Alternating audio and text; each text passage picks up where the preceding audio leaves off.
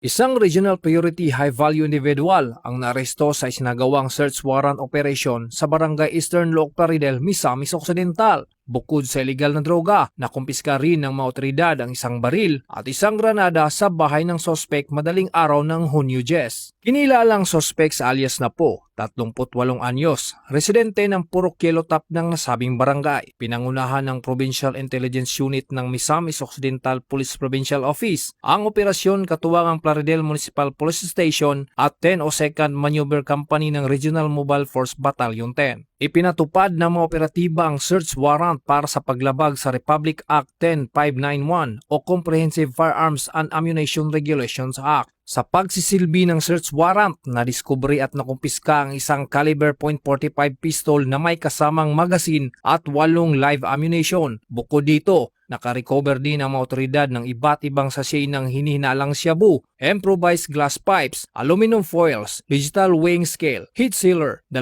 cellular phones at isang hand grenade. Ayon sa pulisya, umabot humigit kumulang 55.2 na gramo ang kabuuang timbang ng mga nakumpiskang hinihinalang shabu na may tinatayang standard drug price na mahigit 375,000 pesos. Kasalukuyang nasa kustodiya ng pulisya ang sospek habang inihanda ang pagsasampa ng mga kasong paglabag sa Republic Act 9165 o Comprehensive Dangerous Drugs Act of 2002, Republic Act 10591 at iba pang kaukulang batas. Ito ang bagong PNP para sa bagong Pilipinas, serbisyong mabilis, tapat at nararamdaman.